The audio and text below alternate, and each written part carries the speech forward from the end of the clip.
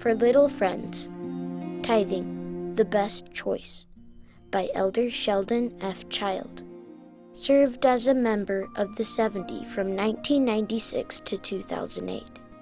Bring ye all the tithes into the storehouse. 3 Nephi, chapter 24, verse 10. When I was young, a neighbor gave me a newborn calf. Raising a calf was hard work. I took care of it and fed it.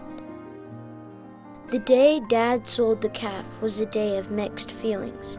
I was going to miss the calf, but I looked forward to being rewarded for my hard work. When Dad came home, he dropped 20 silver dollars into my hands. I felt like I had all the money in the world. I counted, polished, and admired each coin. On Sunday, I put 2 of the silver dollars into my pocket before I went to church, so I could pay my tithing. It was hard for me to give my tithing to the bishop, but it felt good to be obedient to the Lord. My mother told me she was proud of me. She told me I would be blessed for paying tithing and that it was the best investment I could ever make.